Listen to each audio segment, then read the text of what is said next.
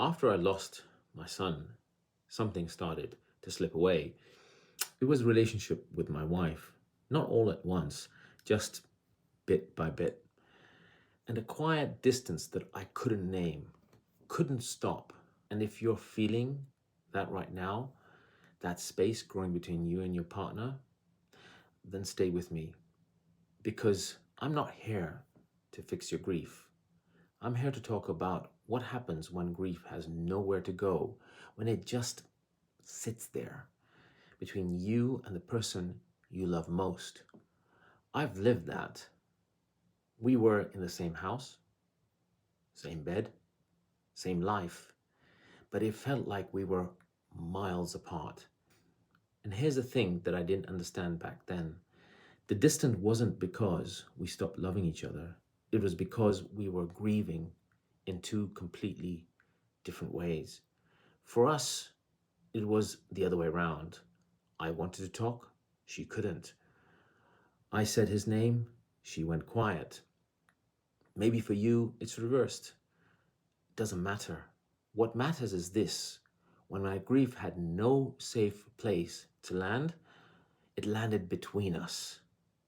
If that sounds familiar, if you recognize that drift, stick around because there's a way to get through it. And I want to show you what I learned. After Hashim's death, I didn't expect a lot of things. I didn't expect the exhaustion that would come with grief, sleep that couldn't fix it. I didn't expect to look fine on the outside while feeling hollow on the inside. But the thing that caught me completely off guard was the drift. It wasn't loud, it wasn't sudden, it was just slow, quiet distance that grew between me and my wife. For us, it looked like this. I wanted to talk about our son. She couldn't. I needed to say his name. She went silent. I grieved more openly. She withdrew. Now, maybe for you, it's the other way around. Maybe you're the one who can't find the words and she's the one who needs to talk. Or maybe you're both just stuck, moving through the motions, functional, but not really together. Either way, here's what I learned. The drift isn't because you don't love each other. It's because grief speaks in two different languages. And when your grief, your love has no safe place to land, it doesn't disappear. It just sits between you instead. And here's what I didn't say out loud for years. And I'm guessing you might recognize some of it also for yourself. I used to think, if I let myself fall apart, who's going to hold everything together? I can't add to her pain. She's already carrying so much. So I stayed quiet. I stayed busy. And I went back to work. I kept the house running. And on the outside, I looked fine.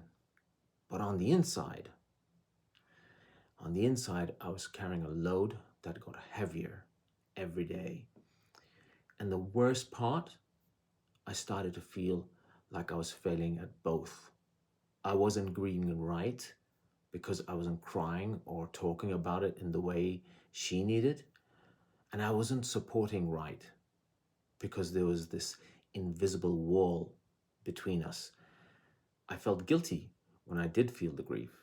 I felt guilty when I didn't. And slowly, without meaning to, I started to disappear. Not physically, but emotionally. I was there, but I wasn't really there. And she felt it. And so did I. But neither of us knew how to talk about it without making it worse. If this sounds familiar, you're not alone. Here's what I believe now. A father's love should not require him to disappear. I loved my son, and I still do. And that love, that grief, was just as real as anyone else's. But somewhere along the way, I learned that being a good father, being a good partner, meant being the strong one, the steady one, the one who doesn't break. So what did I do? I buried it. I went back to work too soon. I started staying busy. I told myself I'll deal with this stuff later. But here's the thing about grief that no one tells you. It doesn't wait politely. It doesn't stay contained. It leaks out in other ways, through exhaustion, for example, by creating distance, through irritability and deafening silence. And over time, that distance, that drift, it didn't just hurt me. It created a deep gap between me and my wife, between me and my other kids, between me and the person I used to be. And you know, you deserve a place where your grief is real, where it's acknowledged, where it doesn't have to hide or apologize or shrink to make room for someone else's pain. Because your grief isn't less, it's just different. And the different doesn't mean it deserves to be invisible. So here's what I saw coming if nothing had changed, if my grief had stayed buried, if the drift kept growing. One day I'd wake up and see it clearly, that I'd been living next to my wife, but not with her. That I'd been going through the motions, the hollow, meaningless repetition of work, eat, sleep, but I wasn't really present. I'd spent so much energy holding it together for everyone else that I'd lost myself in the process. And the relationship I was trying so hard to protect would be strained, distant, maybe even breaking. Not because we didn't love each other, but because neither of us had the words, the space, or the tools to grieve together while grieving differently. And here's the hardest part. My son's memory would start to feel like the thing that I couldn't talk about because it hurt too much, because it created too much tension, because it was easier just to not. And that silence, that would be the heaviest weight of all. I didn't want that. And I'm guessing you don't want that either. And then one day it hit me like a train. I can't have my boy back.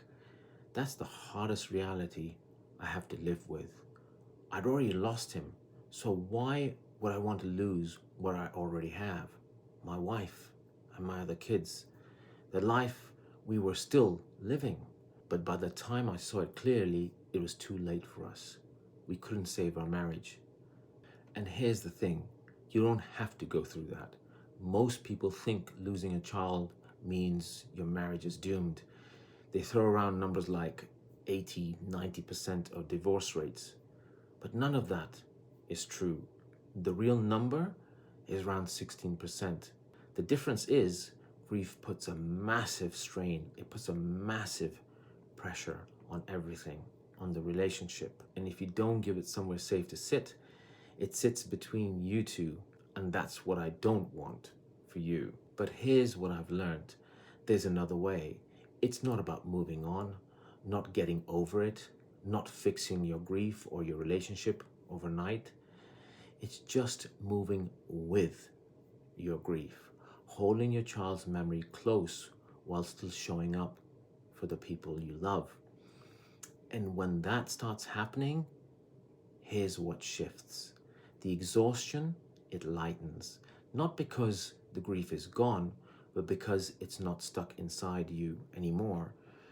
The distance at home softens, not because you suddenly agree on how to grieve, but because you're not carrying it alone in silence. Your child's memory stays alive in ways that feel loving, not crushing. And your partner, she doesn't feel like she's losing you too, because your grief has a safe place to sit. It's not just sitting between you anymore. And that's what moving with grief looks like. It's not perfect and it's not painless. It's just possible, and you deserve that. So, how do you get there? Here's what I found helped me. My grief, my love, needed somewhere safe to sit. Not a place where I had to perform emotions or explain myself. Not a place where I was under the spotlight or expected to open up before I was ready. Just a quiet space where my grief was acknowledged, where it was real, where I didn't have to apologize. For me, that started with writing.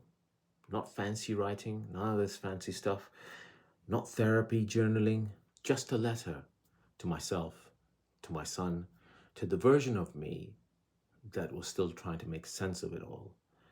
And what I discovered is this: when grief has somewhere to go, even just onto a page, it stops sitting so heavily on your chest. It doesn't fix everything, but it creates space. Space to breathe, space to feel, space to stay connected with your child without drowning in the pain. And when you have that space for yourself, you show up differently at home, not because you're better or you're healed, but because you're not carrying it all in silence anymore.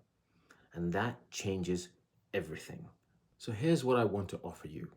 It's not a fix, it's not a program, it's not a hard sell. It's just 15 quiet minutes.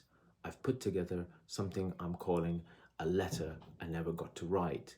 It's a short guided experience, just you, me, and a few gentle prompts. So there's no pressure to talk, no spotlighting, there's no need to share with anyone if you don't want to.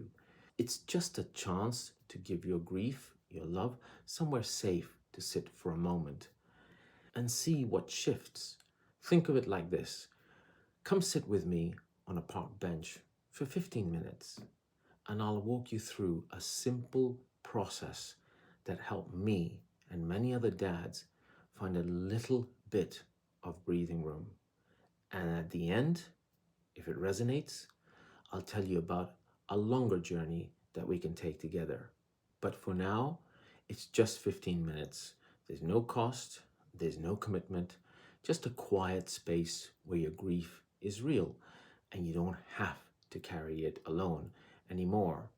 Now, there's a link somewhere here, possibly below in the description, and I'm going to pin it in the comments. If you recognize the drift we've been discussing, and if you feel that distance, that exhaustion, that silence, then come and sit with me. And let's give your grief a place to land, not so that you can move on, but so that you can move with it and keep your child close while staying present for the people you love.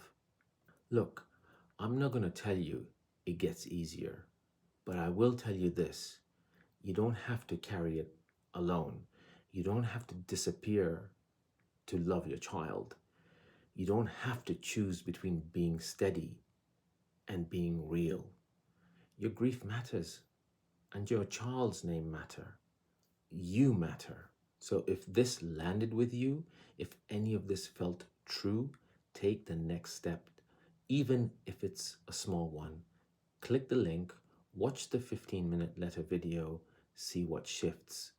And if you want to talk, one grieving dad to another, then I'm here for you.